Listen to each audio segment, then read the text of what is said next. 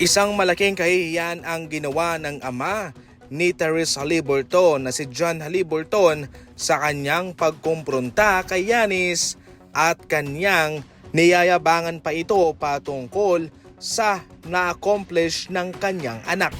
Kung totoosin, bawal nga pong pumunta sa loob ng court ang mga fans, pati kung sino man mga idol. Ngunit itong si John Halliburton, ang ama ni Therese Halliburton, ay pumasok kaagad sa loob ng court, bitbit ang tuwalyang may mukha ng kanyang anak, sabay pinakita kay Yanis habang kinukutya. Sabi pa ni Yanis noon, masaya siya sa na-accomplish ni Therese Halliburton, pero ang kanyang ama na nilapitan siya, kinutya siya, ay nakakabastos. Ayon naman kay Stephen A. Smith, hindi na ito bago at sanay na raw itong si John Halliburton na lumalabas sa kanyang mga limitasyon.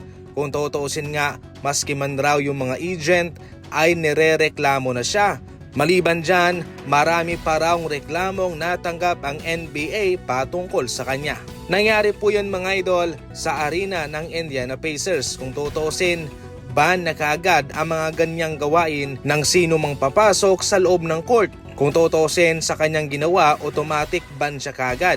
Pero dahil nga siya'y tatay ni Therese Halliburton, mahihirapan din naman ang Indiana Pacers na gawin ang karampatang parusa patungkol sa kanya. Samantala, nasa kay Mark Williams ang huling halakhak sa pagkatalo mismo ng Lakers laban sa Minnesota sa kanilang pagka-eliminate.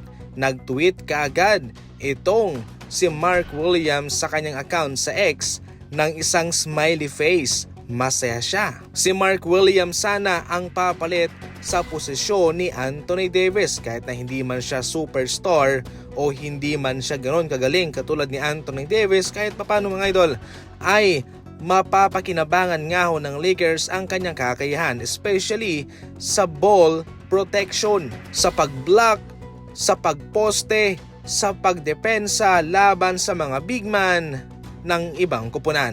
Sa kanilang serye laban sa Minnesota, malaking tulong sana itong maibibigay ni Mark Williams. Marami namang mga big man itong Lakers, pero wala na nga ho silang magagawa pa. Si Jackson Hayes magaling lang sa mga iilang laban sa regular season. Samantalang si Maxi Kleber, kakabalik nga lang. Si Christian Coloco, yung kanilang tanging ball protector, ay hindi naman po pwedeng maglaro dahil siya ay ineligible. So definitely mga idol, malaking tulong sana talaga itong si Mark Williams.